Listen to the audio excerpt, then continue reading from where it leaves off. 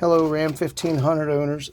Today I'm addressing an antifreeze leak situation that I've been intermittently getting, and it's that black tube. Let me get the phone just right so I can see. Boy, they leave you no room here to work. Anyways, it's this tube right here. There's an O-ring up in there.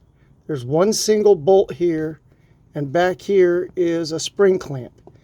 Now what's happening is after you drive it, get the phone position again, there's a little bit of weeping coming out. It runs down the tube until about here, and then it drips off, leaving about a 8 to 10 inch puddle in the bottom.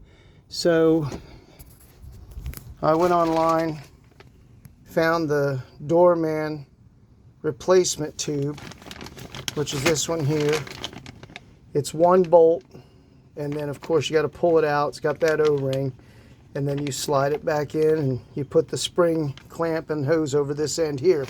But the first thing you have to do is you have to get your fluid level down. So if you come underneath the front of the truck, right up here is the drain plug for the antifreeze, your radiator. So I hooked this piece of tube, slid it up the little nipple that's provided on the bottom underneath there, and then I'll run this down and I'm going to catch it off into some clear jugs. Once I get that fluid caught off and I get about a gallon out, then I'm going to turn to disconnecting this up here and start to replace that tube. The drain plug can be opened with a 5/8 socket. It's easier to reach with a socket. Once you break it loose, you'll be able to open and close it by hand. So that frees up another hand to hold it down and guide your tube for a second. I'm doing mine over a drain pan so that obviously if my tube comes out or something goes wrong, I'm for the most part going to catch everything. So let me get started. Now here I have it flowing into my jug. It actually took a pair of channel locks. I was feeling it out wrong. It's not a nut head. It's more like, I don't know, something easier to grab with channel locks than it was with a socket. So I'm just going to fill these 4 jugs, get about a whole gallon out, or just over a gallon.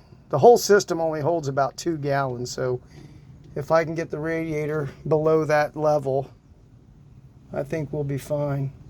I'll probably still have some fluid come out up there. I mean, there's nothing that's going to drain it lower than that. So let me just keep this going.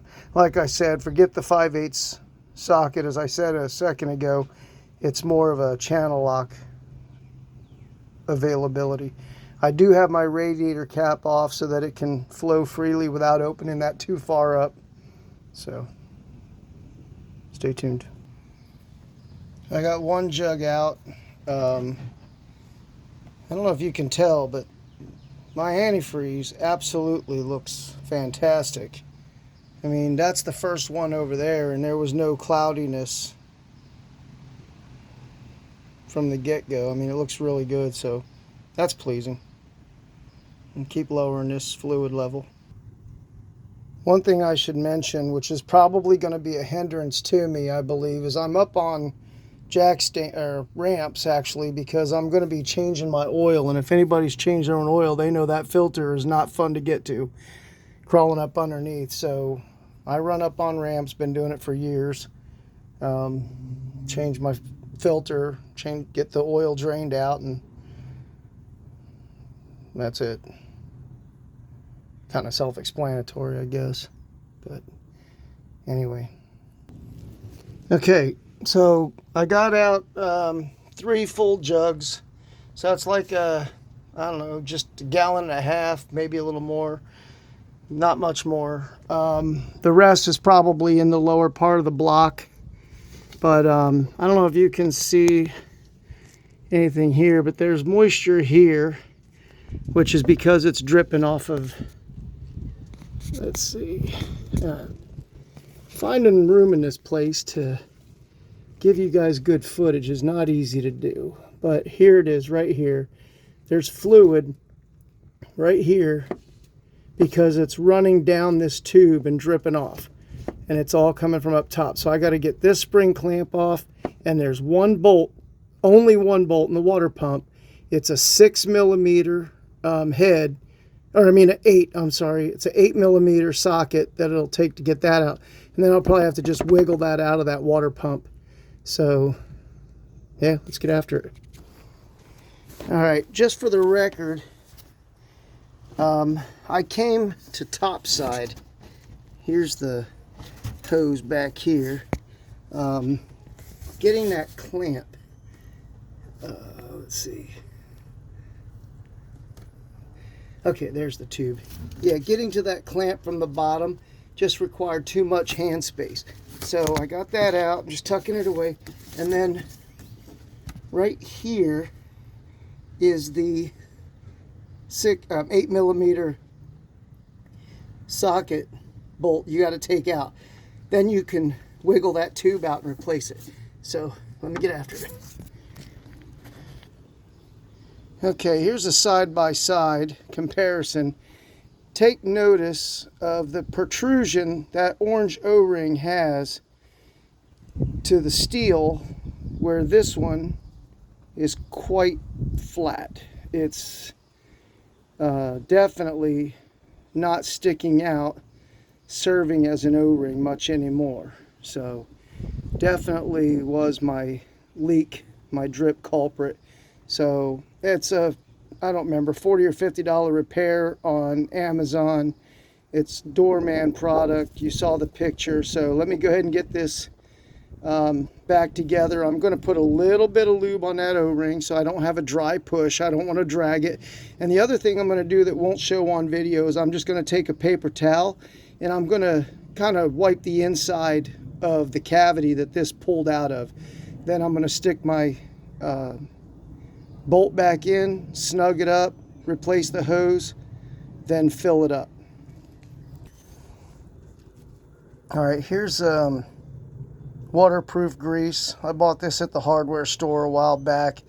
It's good for lubing like faucet fixtures and stuff, making knobs less tight or whatever without wearing out the O-rings and seals. So I just ran a little bead around the top. I don't know why it went blurry, but anyhow, you get the idea. Now I'll stick it in there, and I'm not that concerned that I had a dry push. I have wiped out the inside cavity, so I'm doing a clean insert. Okay, so the new tube, wherever you went, is on. Get down here. Let me turn the phone around. Well, wait a minute. What in the world? I didn't know I switched inside outside. So there's the new tube. It's on. And bolt installed. Alright, just gotta fill it back up now. I'll use a funnel, pour them jugs back in here. Now, if you get air on your water pump, this Allen bolt right here is a vent.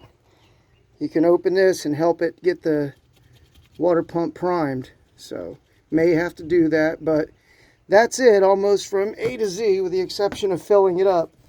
That's changing the tube for the coolant or air conditioner, whatever. I don't know what line it goes to. It might be the heater core line off the water pump. So wherever it went down there. So much stuff all the time. Thanks for watching. Sorry it's amateur, but thanks for watching. Hope it helps somebody.